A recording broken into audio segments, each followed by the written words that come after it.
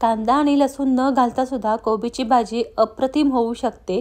ती कशी बनवायची ते आज तुम्हाला दाखवते। काय करायचं, कोबी घ्यायचा। आता हा कोबी जो मी बाजारातून आणलेला आहे तो हिरवा आणलेला आहे।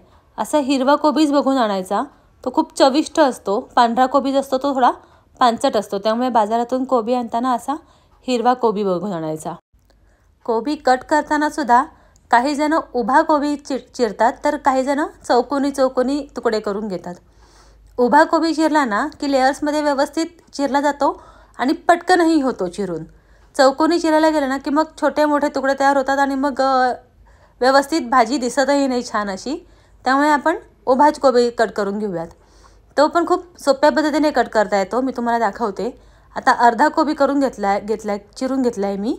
आता अर्धाच कोबीची मी भाजी घेणार आहे, अर्धा कोबी ठेवून देणार आहे।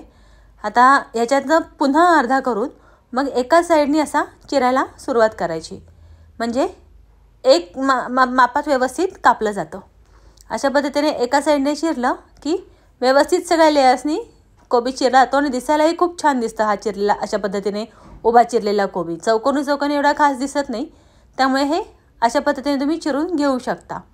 आता हा चिरून झाल्यानंतर मग ह्याच्यामध्ये पाणी घालून स्वच्छ धुवून घ्यायचा। ह्याला माती वगैरे असते, त्यामुळे पाणी घालून स्वच्छ हा धुवून घ्यायचा। धुवून झाल्यानंतर मग याच्यामध्ये आपण अजून काय काय भाज्या घालणार आहोत त्याची तयारी करायची। थोडा वेळ हा पाण्यातच ठेवून द्यायचा धुवून। आता ह्याच्यामध्ये आपण आलं आणि लसूण वगैरे काही घालणार नाही आहे, तर मी इथे एक मोठा टोमॅटो स्वच्छ धुवून घेतलेला आहे आणि तो चिरून एक मोठा टोमॅटो चिरून घालायचा। टोमॅटो खूप छान लागतो ह्याच्यामध्ये आणि भाजीला चवही चांगली येते, त्यामुळे एक टोमॅटो इथे चिरून मी तयारी करून घेतली। लालसर असा टोमॅटो घेतलेला आहे आणि तो चिरून आपण घालायचा ह्याच्यामध्ये। आता टोमॅटो चिरून झाल्यानंतर मग आपण मिरच्या घ्यायच्या। आता मी इथे डार्क हिरव्या कलरच्या मिरच्या घेतलेल्या आहेत, ज्या खूप जास्त तिखट असतात म्हणून मी 4च घेतलेल्या आहेत। आता तुम्हाला तिखटपणा कसा कमी जास्त हवा आहे त्याप्रमाणे तुम्ही मिरच्या कमी जास्त करून घेऊ शकता। मी 4 मिरच्या घेतलेल्या आहेत, ह्या तिखट असतात त्यामुळे 4च घेतलेल्या आहेत। आता मिरची झाल्यानंतर मग कोथिंबीर। आता फळभाजी जर आपण करणार असलो कुठली तर कोथिंबीर ही लागतेच, त्यामुळे कोथिंबीरही घालायची। खूप सुंदर कोथिंबीरचा वास येतो कोबीच्या भाजीमध्ये आणि कोबीचा उग्रवास जरा थोडासा मरतो, त्यामुळे कोथिंबीरही हवीच कोबीच्या भाजीमध्ये। त्यामुळे कोथिंबीरही आपली तयार झालेली आहे चिरून। आता इथे मी वाटाणा पण घालणार आहे। आता वाटाण्याचा सीझन आहे आणि कोबीच्या भाजीमध्ये हिरवा वाटाणा खूप सुंदर लागतो, त्यामुळे तोही थोडासा घालणार आहे। आता आपण फोडणीची तयारी करूया। त्याच्यामध्ये मी 3 ते 4 मोठे चमचे तेल घेतलेले आहे। तेलामध्ये अर्धा चमचा मोहरी घालायची, अर्धा चमचा हळद घालायची आणि अर्धा चमचा हिंग घालायचं, म्हणजे फोडणी ह्याच्यामध्ये एवढंच घालायचं आहे। हे घातल्यानंतर मग ह्याच्यामध्ये आपण कढीपत्ता होता माझ्याजवळ थोडासा, तो कढीपत्ता मी घालून घेतला। कढीपत्ता असेल तर खूपच छान लागते भाजीसुद्धा। तर हा कढीपत्ता घालून झाल्यानंतर ह्याच्यामध्ये मिरच्या घालून घेतल्या, नंतर टोमॅटो घालून घ्यायचा। टोमॅटो घालून झाल्यानंतर मग वाटाणा घालून घ्यायचा, हिरवा वाटाणा जो आहे तो घालून घ्यायचा आणि छान परतून घ्यायचं हे तेलामध्ये व्यवस्थित। एकदा छान परतून झाल्यानंतर मग आपल्याला कोबी घालायचं, आधी लगेच घालायचं नाही।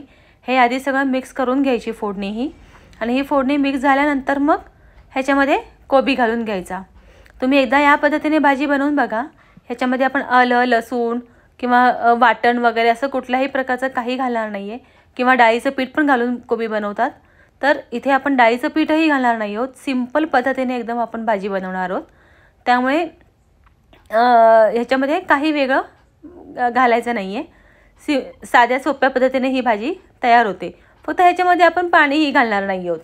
तर आता काय करायचं ते मी तुम्हाला सांगते। व्यवस्थित हा कोबी असा परतून झाल्यानंतर ह्याच्यामध्ये मीठ घालायचं चवीप्रमाणे, मीठ आणि थोडीशी ह्याच्यामध्ये साखरही घालून घ्यायची।